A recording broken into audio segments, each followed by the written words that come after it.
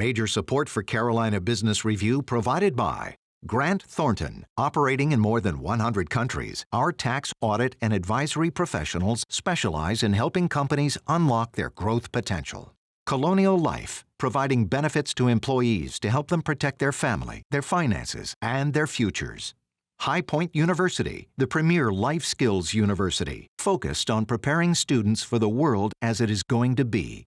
And Sunoco, a global manufacturer of consumer and industrial packaging products and provider of packaging services with more than 300 operations in 35 countries. The coronavirus is pretty much all we're talking about right now. While it may be hard to distill out the facts from the fiction, understanding the risks to public health and commercial lifestyle is key. Welcome again to the most widely watched source of Carolina business policy and public affairs. I'm Chris William. Thank you for supporting this dialogue.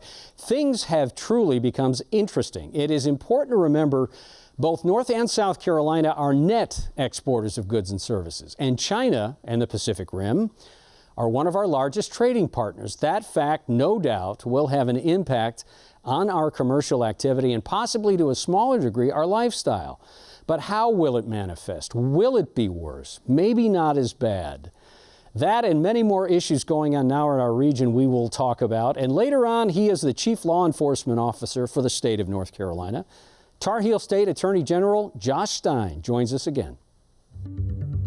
Gratefully acknowledging support by Martin Marietta, a leading provider of natural resource-based building materials, providing the foundation upon which our communities improve and grow. Blue Cross Blue Shield of South Carolina, an independent licensee of the Blue Cross and Blue Shield Association. Visit us at southcarolinablues.com.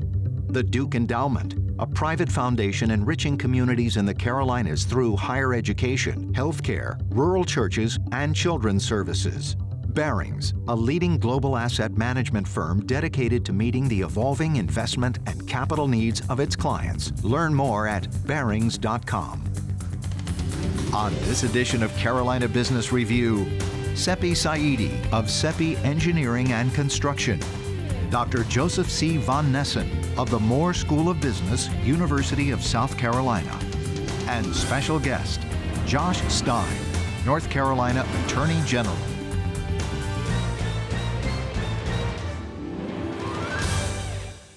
Welcome again to our program. Thank you for being here, Sepi. Good to see you, Joey. Joey, we'll start with you. This idea, just straight up, how much direct effect hits the Carolinas based on whatever the fear of coronavirus means? Well, we will be affected in the Carolinas and in South Carolina in particular because we have such a strong manufacturing base, particularly in South Carolina.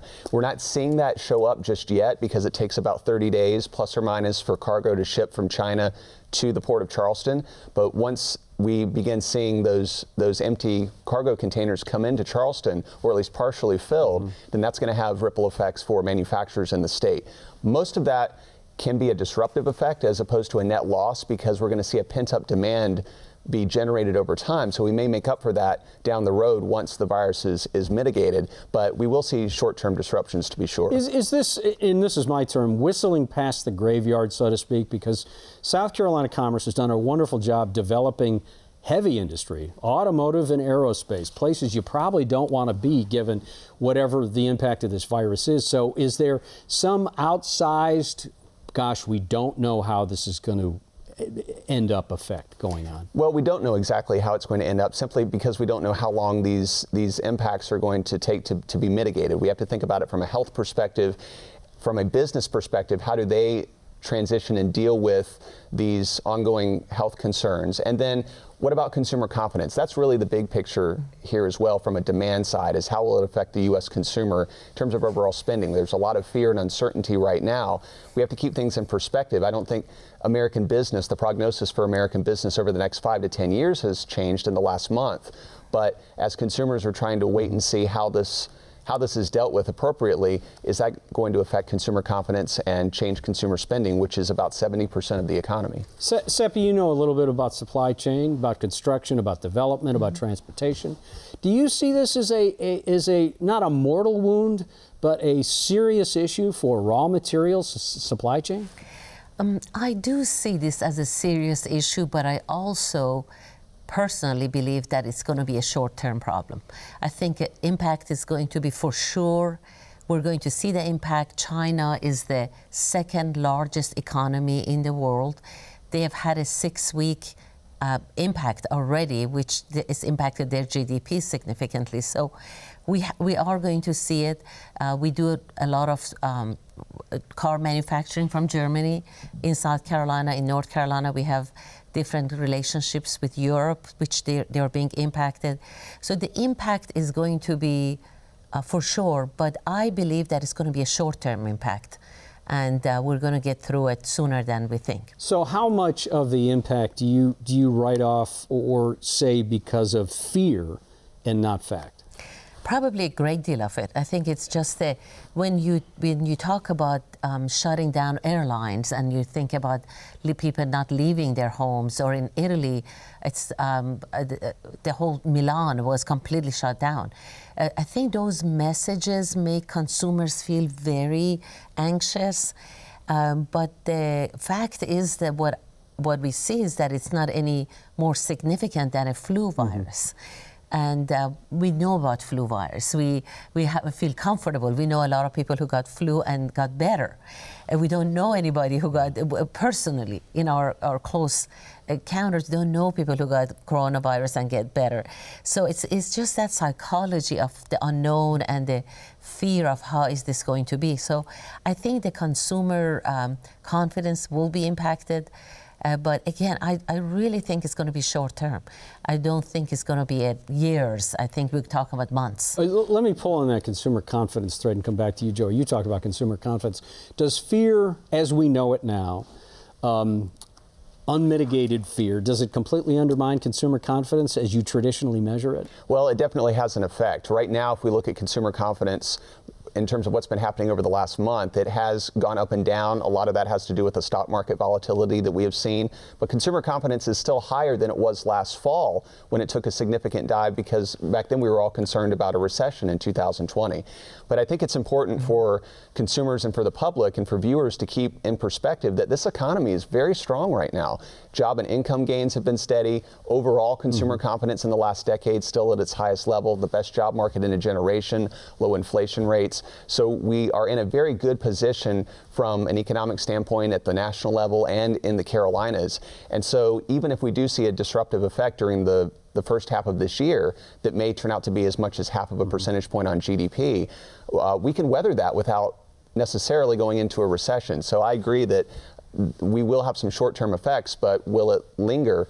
I think that's an open question, but not likely at this point. Sepi, does this as Joey just described, the economy is still fairly good and fairly healthy, but does coronavirus or the fear of the unknown, does it take the wind out of the sails around transportation policy, around land planning, about those things? Around places like the Triangle and Charlotte and Charleston and Asheville and Greenville and all those places that are growing so exponentially, it seems like, that transportation is almost oxygen to their growth. Absolutely. So I would say that I think anything to impact transportation and economic development in a meaningful way, it has to be long term. So if we were to see this impact stay on for a year or longer, then I would say yes, it could have a impact. But I don't think in transportation economic development, months are going to impact our decision about the future. So I'm hoping that it will be a very short term, and we would really not see much of an impact in that way.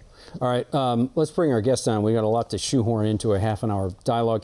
Sepi, we didn't even get to this one. You're on the Federal Reserve's Richmond Fed board, and we're going to give you a pass on that. And I know you can't speak too much about it, but speaking of that, Richmond Fed President Tom Barkin has been on this program, and he's coming back next week. We will be talking about everything that we talked about today, as well as interest rates, long-term effect, fear, coronavirus, you name it. Tom Barkin from the Fed will be our guest. Also, South Carolina Attorney General Alan Wilson comes back on the program in a couple weeks. Hope you'll join us for that. The generally accepted responsibility, though, of any state attorney general has traditionally been to advise counsel and be in general state counsel for the General Assembly, related state level agencies, and act as what is called the people's lawyer for the citizens of the state. Contemporarily, and in addition, more attorney generals now have associated together to bring pressure on federal policies and issues in a type of a class action that arguably incents more of a political agenda from an AG. Is it good? Is it bad? Is it healthy evolution? How does it change? And what does an AG do for a state now in that light? Joining us again is North Carolina Attorney General Josh Stein. Are those enough questions to ask you? All in one. Chris, pleasure to be with you. Thank you, sir. Glad to have you here, Your Honor. So how does this class action, when attorney generals, states attorney generals, as attorneys general, thank you. Which is very awkward to say. But it is specific and appropriate. How does that change kind of the arc of what you do? Well, it's not entirely new. Maybe some of the issues are more high profile than they used to be. I'll give an example, a couple of examples. One is I'm helping to lead the national effort of attorneys general. This is every AG in the country, which includes all the states and the District of Columbia, 51, in a bipartisan effort, Democrats and Republicans working hand in hand to confront the opioid epidemic. And what we believe was a major cause of this epidemic was the greed of the drug companies, the drug manufacturers and drug distributors. And so we just a week or two ago announced a settlement with one of the manufacturers, the largest generic opioid manufacturer in the world, Mallinckrodt, and $1.6 billion. We're in negotiations with other companies because we want them to help pay to clean up the mess that they created. And North Carolina, we lose 5 people every day to an opioid overdose, 5 today. 5 yesterday, 5 tomorrow. It's the deadliest drug epidemic in our nation's history, but it's not unique to my state. Alan Wilson in South Carolina has the same problem. Kentucky, West Virginia, Nevada, it's all over the country. So it makes sense for us to collaborate in order to help. By helping my constituents, I'm helping constituents in other states. So how, let's say you got the settlement. Let's say you get the other settlements that you are working on in that class action. How do those monies get back to the cities and the counties that bear most of the brunt of the cost of this? Yeah, one problem that was from the tobacco settlement 20 years ago was the monies just went into the states, and many states it just went into the state treasury, and they spent that money. They spent it on roads, they spent it on tax cuts, they spent it on whatever they spent it on. And it was not dedicated to dealing with the health consequences of smoking. What we are committed to as attorneys general is making sure that the money, whatever we secure, goes to abate the crisis. It goes to help the person who lives in a city, in a county, in a state, in the nation, so that they can deal with their addiction and they can become healthy and live autonomous lives like you and I do, where we get up and we decide, what do we want to do? What do we want to accomplish today? People with this addiction, they don't get to ask that question. They wake up and they say, where can I get a morphine molecule to ingest to sate this demon that's in my head? And we have to help liberate those people from their addiction. So do you see the money, and I promise I'm going to give you all a chance to jump in here. I just want to finish this one line of questioning. Do you see the money actually getting to a county and getting to a city in the form of complete control? What we want to do is have some money go to the counties, some money go to the states, and then we're talking about something called a common abatement fund, which would be... Like Golden Leaf? It would be something where State Department of Health and Human Services would help come up with an opioid remediation plan. And frankly, Mandy Cohen and Roy Cooper, they've already got one. So we're really ready to go in North Carolina. But it would have input from local jurisdictions. And then they would allocate the funds to a county that wants to do a drug treatment program in their jail, or a county that wants to hire more EMT who can do post-overdose response to somebody who needs to be connected to treatment. So there are all manner of ways different communities can use the money to deal with the crisis, and what we want to do is come up with something that is effective, rational, and distributed fairly across the state. Joey?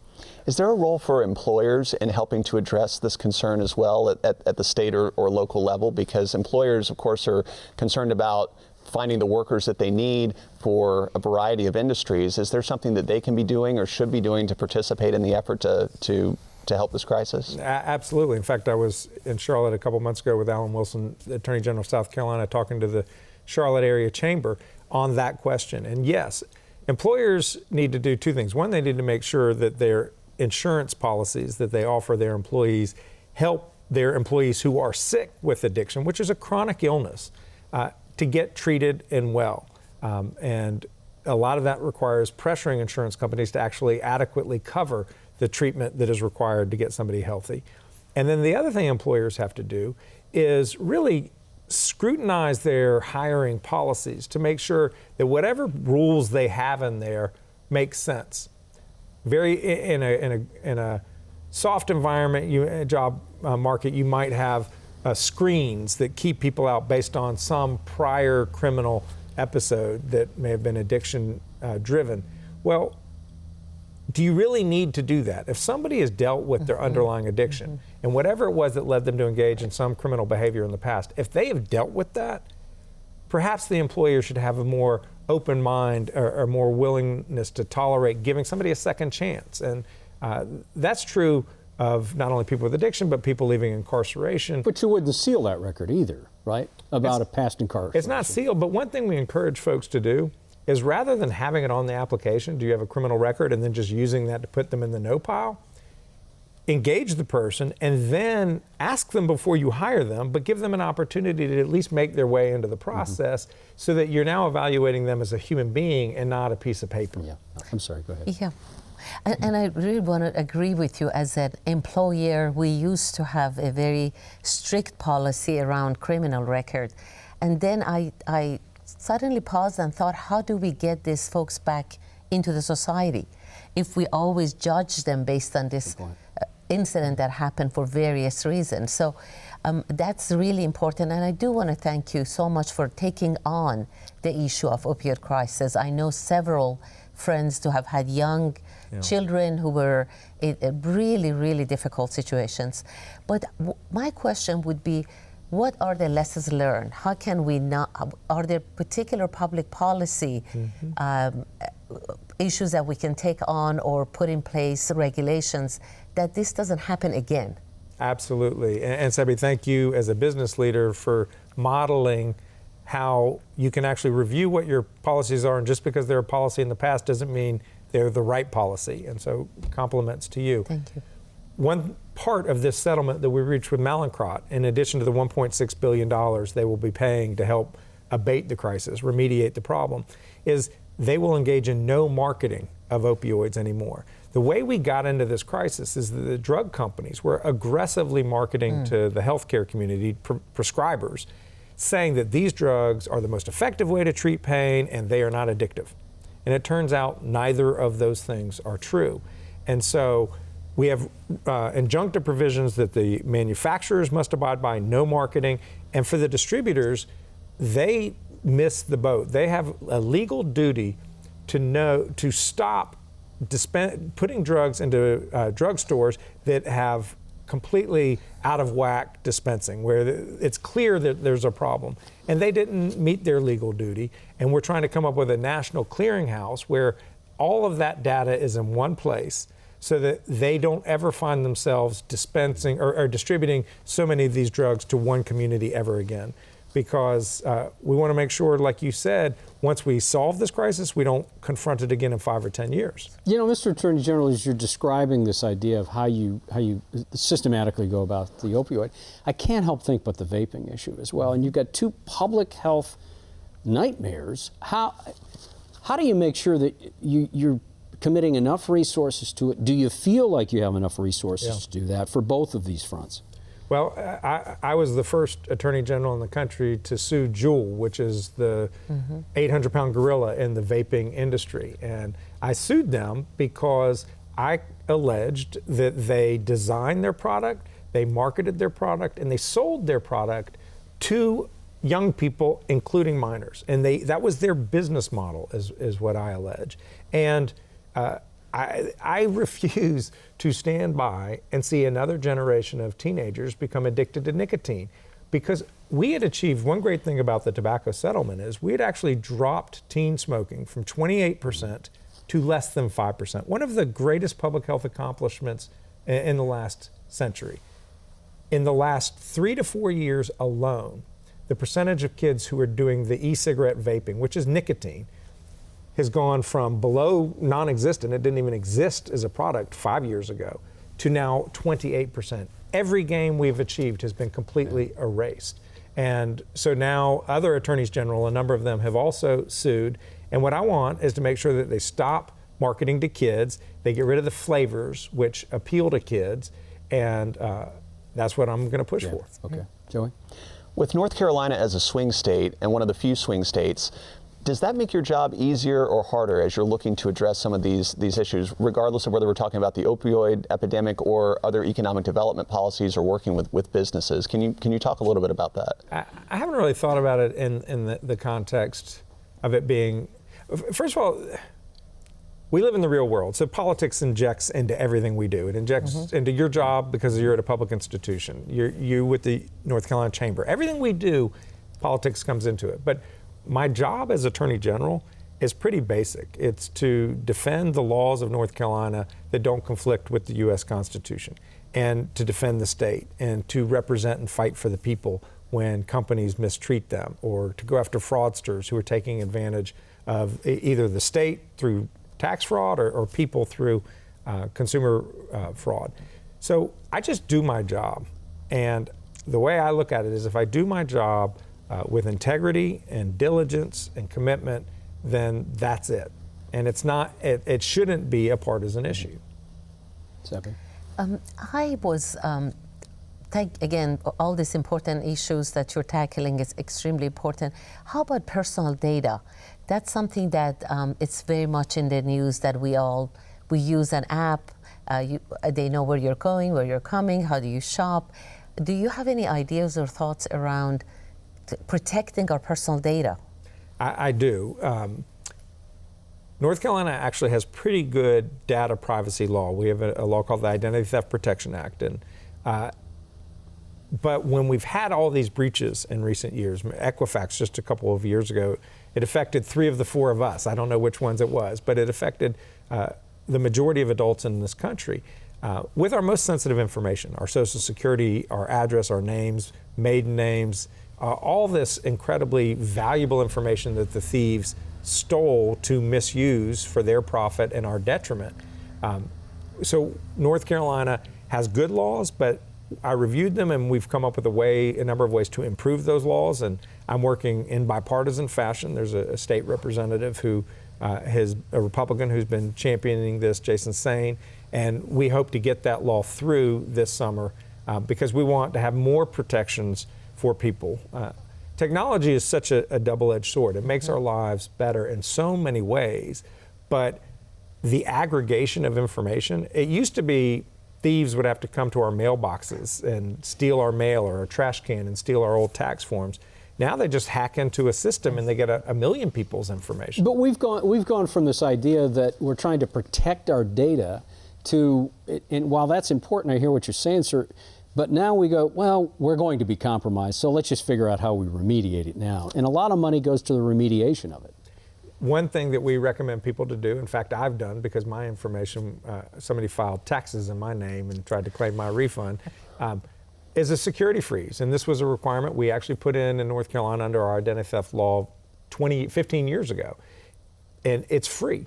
Any person who is not regularly going out there in the credit world, they should have a security freeze on their credit file, so that if somebody does get your Social Security number and tries to take out a loan or buy something in your name, they can't get in. The credit bureau will refuse to give that information over. And when you need to do something, to do a purchase or to get a new utility bill, you can unfreeze it for a week or a day or whatever and then put it back on. We have less than a minute left. How would you prioritize coronavirus price gouging?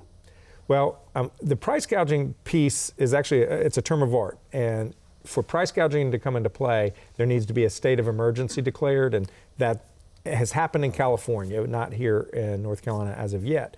So the price gouging law is in effect. So we have to just advise consumers to be smart. There are snake oil salesmen that will take advantage of any crisis to try to steal your money. There are people out there who will rip you off and charge you $100 for something that you can get somewhere else for $5. Just use your good judgment. So you can't legislate values, unfortunately. Yeah. Your Honor, thank you for being on the program again. You seem like you got a little bit going on, and we hope for all of the citizens that you're successful in your endeavors. But thank you very much. Chris, thanks so much. Yep. Thank you. Pleasure. Sepi, always nice to see you. Come back. Hope Thank you will. for having me. Thank you so much. Joey, thumbs up that your even most inane and lowest worries don't even come true for the economy. Yes, Okay, yes. so Thank you, Chris. thank you for being on the program again. Until next week, I'm Chris William. Hope your weekend is good. Good night. Major funding for Carolina Business Review provided by High Point University, Martin Marietta, Colonial Life, the Duke Endowment, BARINGS, Grant Thornton, Sunoco, Blue Cross Blue Shield of South Carolina, and by viewers like you. Thank you. For more information, visit carolinabusinessreview.org.